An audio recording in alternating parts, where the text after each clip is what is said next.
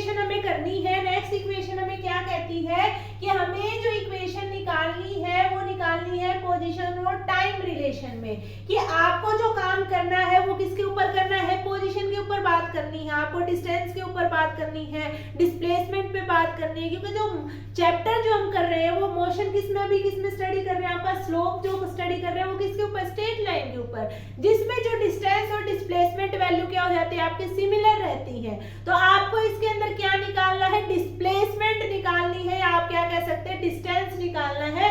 तो हमारे पास slope given है, स्लोप क्या था हमारा आपका AB, तो आपका जो एरिया अंडर स्लोप, सबसे पहले हम क्या लिखेंगे, एरिया अंडर स्लोप, कि भाई स्लोप के अंदर जो आपका एरिया है वो रिप्रेजेंट क्या करता है, तो स्लोप के अंदर जो एरिया है वो किसको रिप्रेजेंट करता है, आपका डिस्प्लेसमेंट को। तो किसको रिप्रेजेंट करेगा, आपका डिस्प्लेसमेंट को, डिस्प्लेसमेंट को एरिया। अब हम ये देखते हैं कि स्लोप के नीचे का एरिया है कौन सा, आपका स्लोप के नीचे का एरिया आपका OAB। अब इस लाइन को हमें क्या करना पड़ेगा, नीचे तक कंटिन्यू करना पड़ेगा, क्योंकि एरिया वैल्यू है वो आपकी तभी निकल के आएगी, तब आप क्या करेंगे, जब इस एरिया को पूरा आप रिप्रेजेंट करेंगे। तो रिप्रेजेंट कर दीजिए, क्या कैसे रिप्रेजेंट करेंगे, इसको नीचे लिए आइए कहां तक, T पॉइंट तक, यहाँ तक लेके आइए। तो इसको रिप्रेजेंट कर दीजिए किसी भी पॉइंट से, किससे रिप्रेजेंट किया, जैसे आपने किससे रिप्रेजेंट कर दिया, आपने C पॉइंट से रिप्रेजेंट कर दिया। अगर हम आगे इसको कंटिन्यू करते हैं कि भाई आपको इस स्लोप के नीचे ये जो एरिया आपने रिप्रेजेंट किया, लेकिन ये रिप्रेजेंट करता है किसको, है आपका रिप्रेजेंट करता है डिस्प्लेसमेंट को। लेकिन इस फिगर में आपको कुछ ना कुछ आपको ऐसा लगेगा कि जो आप बिल्कुल इजी वे में सोल्व कर सकते हैं।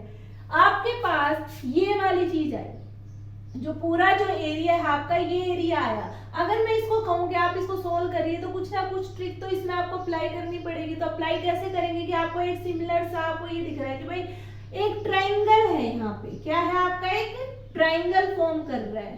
तो ट्राइंगल के एरिया की अगर मैं बात करूं तो आप बिल्कुल इजी फॉर्म में निकाल सकते हैं भाई area of triangle, half base into height, जो बहुत ही सिंपल है। अगर हम बात करें नेक्स्ट जो एरिया है, नेक्स्ट एरिया कौन सा आपका, ये एरिया बनेगा जो कि शेप में है आपका रेक्टेंगल शेप में है। ये जो काम है ना आपको बहुत ही छोटी क्लासेस में आपको सिखा दिया जाता है, area of triangle, area of rectangle. तो अगर आप इस फॉर्म में इसको सोल्व करेंगे तो बहुत ही इजीली आप इसको सोल्व कर सकते हैं कि एक बार आप किस पे काम करिए, ट्राइंगल पे काम करिए, दूसरा किस पे काम करिए, आप रेक्टेंगल पे काम करिए। दोनों एरियाज को क्या कर दीजिए, ऐड अप कर दीजिए। दोनों एरियाज को जब ऐड करेंगे तो आपकी जो इक्वेशन है किसके बीच में, पोजीशन और टाइम जो रिलेशन है वो आपका इजीली सोल्व हो जाएगा। तो क्या करेंगे, अब इसमें थोड़ा सा नेमिंग डाल देते हैं। आपका क्या क्या आपने कर लिया, ABC। अब ये जो ट्राइंगल बना यहाँ पे क्या डाल दीजिए, D। अब आप ये देखिए जो वेलोसिटी थी, जो आपकी जो चेंज हुई, पहले कौन सी इनिशियल कौन रिप्रेजेंट कर रहा था, U, फाइनल कौन रिप्रेजेंट कर रहा है आपका V। इसको भी कंसीडर कर लीजिए भाई, आप इसको भी आप डॉटेड लाइन से इसको रिप्रेजेंट कर दीजिए। और ये किसको रिप्रेजेंट करेगा, V। यहाँ भी आप नेमिंग डाल दीजिए भाई, ये कौन सा, D के बाद आप इस पे डाल दीजिए E पॉइंट। अब हमें काम करना है, जो स्लोप निकलेगा, स्लोप के लिए हमें दोनों एरियाज को ऐड कर देना है। Area of rectangle, area of rectangle कौन सा बनेगा भाई आपका OADC, OADC। दूसरा क्या है आपका एरिया ऑफ ट्राइंगल, ट्राइंगल का एरिया कौन सा बनेगा, एरिया ऑफ ट्राइंगल आपका ABD, area of triangle ABD। Formula बिल्कुल हमें अच्छे से पता है कि अगर हम एरिया ऑफ रेक्टेंगल की बात करें तो बेस इंटू क्या बनेगा आपका हाइट, बेस कौन सा, बेस इंटू जो आपका लेंथ इंटू क्या बनेगा ब्रेड्थ। क्या आपका जो लेंथ है, आप मान लीजिए OC को कंसीडर कर रहे हैं तो OC, और जो आपकी जो इसमें ब्रेड्थ रिप्रेजेंट होगी, ब्रेड्थ किससे रिप्रेजेंट हो जाएगी आपकी, किससे, OA से। तो ये वाली चीज किसके लिए कर लिया आपने, रेक्टेंगल के लिए। अगर हम बात करें कि भाई ट्राइंगल को कैसे सोल्व करें, तो ट्राइंगल का फॉर्मूला भी इजीली आप सोल्व कर लेते हैं कि half base into height. Base कितना है, AD क्या रहेगा आपका बेस, और जो हाइट है वो कितनी होगी आपकी, BD हाइट इसके अंदर रहेगी। अब जो BD है इसको हम इजीली ऐसे सोल्व नहीं कर सकते, हमें क्या करना पड़ेगा, कंप्लीट में से CD को क्या करेंगे, सब्ट्रैक्ट करेंगे। करने के बाद हमारे पास BD की वैल्यू आ जाएगी। पहले हम BC को लिख लेते हैं, BC इज इक्वल टू आपका BD प्लस DC। तो BD की जो वैल्यू निकल के आई वो कितनी निकल के आई, BC माइनस DC। सी। तो ये वैल्यू किसकी सब्स्टिट्यूट करेंगे आप, बी डी की। अब एक बार इसको हम इरेज करके आपका जितना जो टॉपिक अभी तक कंप्लीट हुआ इसको प्लीज नोट कर लीजिए। आगे कंटिन्यू करते हैं वैल्यू के साथ, half A D into B. अब जो वैल्यू आपको इसके अंदर जो सब्स्टिट्यूट करेंगे, अब सबसे पहले जो काम हमने ये किया है कि भाई हम क्या निकाल रहे थे, डिस्प्लेसमेंट निकाल रहे हैं। डिस्प्लेसमेंट रिप्रेजेंट कौन करता है, आपका एस रिप्रेजेंट करता है। ओसी की वैल्यू चेक करते हैं अपने ग्राफ में, क्या है ओसी की वैल्यू, टी। अब जैसे जैसे हमें जो इक्वेशन बोलती जाएगी, इक्वेशन के अकॉर्डिंग हम वैल्यूज को रखते चलेंगे। सबसे पहले किसको रख देंगे, हम टी को रख देंगे। रख दिया भाई हमने टी। दूसरा जो आपका सेकंड वैल्यू है किसकी है, ओए।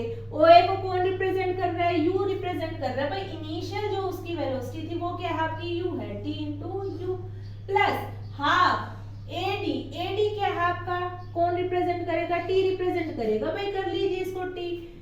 अब जो काम हमने किया, हमने काम किसके लिए किया, बीडी के लिए। तो बीडी के लिए करने के लिए हमने क्या एक स्टेप किया था आपका बीसी माइनस डीसी। अब जो बीसी है, बीसी कंप्लीट कितना है आपका, वी है, कंप्लीट था आपका वी। अब उसमें से सब्ट्रैक्ट क्या कर दिया, डीसी को सब्ट्रैक्ट कर दिया। अगर डीसी की बात करें तो एओ और जो डीसी दोनों सेम वैल्यू है, तो वो कितना बनेगा आपका, यू बनेगा। तो वी में से क्या सब्ट्रैक्ट कर दिया आपने, यू को सब्ट्रैक्ट कर दिया। क्या अब हमें मल्टीप्लिकेशन नहीं आता, मल्टीप्लाई आराम से कर सकते हैं। लेकिन जो हमने इक्वेशन फर्स्ट की थी, इक्वेशन फर्स्ट का इसमें थोड़ा सा यूज हमारा हुआ है। क्या यूज हुआ है, क्योंकि जो हमें काम करना है वो किस किस के बीच में करना है, पोजीशन और टाइम। तो पोजीशन के लिए आपका ऐसा आपने यूज किया, टाइम के अंदर इस इक्वेशन को कन्वर्ट करिए। तो v और u की जो रिक्वायरमेंट है वो इतनी ज्यादा इस क्वेश्चन, इस इक्वेशन के अंदर हमारी नहीं होती। तो हम क्या करते हैं, v माइनस यू को हम क्या कर लेते हैं, चेंज करते हैं। किसके अंदर चेंज करते हैं, according to first equation v minus U is equal to क्या था आपका a इंटू टी। तो ए टी वैल्यू हम इसके अंदर सब्स्टिट्यूट करेंगे, A S is equal to U T plus half T into A T. तो ये कितना बनेगा, S is equal to U T plus half A T square. तो जो हमारी जो सेकेंड इक्वेशन ऑफ मोशन जो हमारी बनेगी वो बनेगी आपकी you T plus half A T square. ये जो काम हमने किया ये किस किस के बीच में किया, पोजीशन और टाइम के बीच में किया। आपका जो स्लोप है, स्लोप के नीचे जो एरिया होगा वो रिप्रेजेंट करेगा डिस्प्लेसमेंट को। तो डिस्प्लेसमेंट के लिए हमने सारा ये काम किया। अगर हम उसमें देखें कि वो एरिया बना कैसा है, उसकी शेप के अकॉर्डिंग उसको सोल्व करें, तो पहले जो बनेगा आपका क्या बनेगा, ट्रायंगल बनेगा। दूसरा क्या बनेगा आपका, रेक्टेंगल बनेगा। और इजिली हमें पता है कि एरिया ऑफ ट्रायंगल क्या होता है और एरिया ऑफ रेक्टेंगल क्या होता है। अगर हम एरिया ऑफ ट्रायंगल की अगर हम बात करें, हाफ बेस इंटू हाइट। तो हमें बेस का भी हमें पता है, क्योंकि जो एंगल के सामने वाली साइड क्या बनती है आपकी, परपेंडिकुलर बनती है। परपेंडिकुलर बनेगी तो वो किसको रिप्रेजेंट करेगी, हाइट को। नीचे जो रहेगा वो किसको रिप्रेजेंट करेगा, बेस को। तो आपने AD इंटू BD कर लिया। दूसरा अगर हम बात करें आपका रेक्टेंगल के एरिया की, तो लेंथ इंटू ब्रेड्थ बिल्कुल ही इजी है। आप मतलब इसमें ना थोड़ा भी कंफ्यूज नहीं हो सकते, क्योंकि जो स्लोप के नीचे का ओनली एरिया आपको निकाल के दिखाना है सेकेंड इक्वेशन ऑफ मोशन में। तो पोजीशन और टाइम को जो रिप्रेजेंट करेगा वो आपका होगा S is equal to U T plus half A T square. आगे कंटिन्यू करेंगे थर्ड इक्वेशन ऑफ मोशन के साथ। Thank you class.